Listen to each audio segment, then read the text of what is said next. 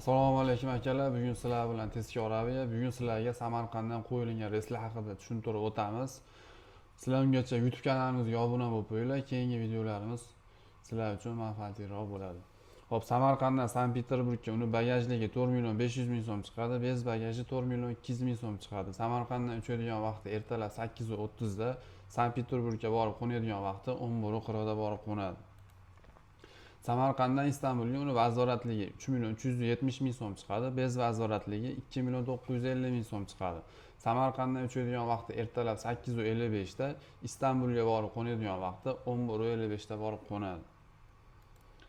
Samarqanddan Vnukovaga uni bagajligi 3 million 300 ming so'm chiqadi. Bez bagaji 3 million so'm chiqadi. Samarqanddan uchadigan vaqti 21:15 da, Vnukovaga borib qo'nadigan vaqti 23:30 da borib qo'nadi.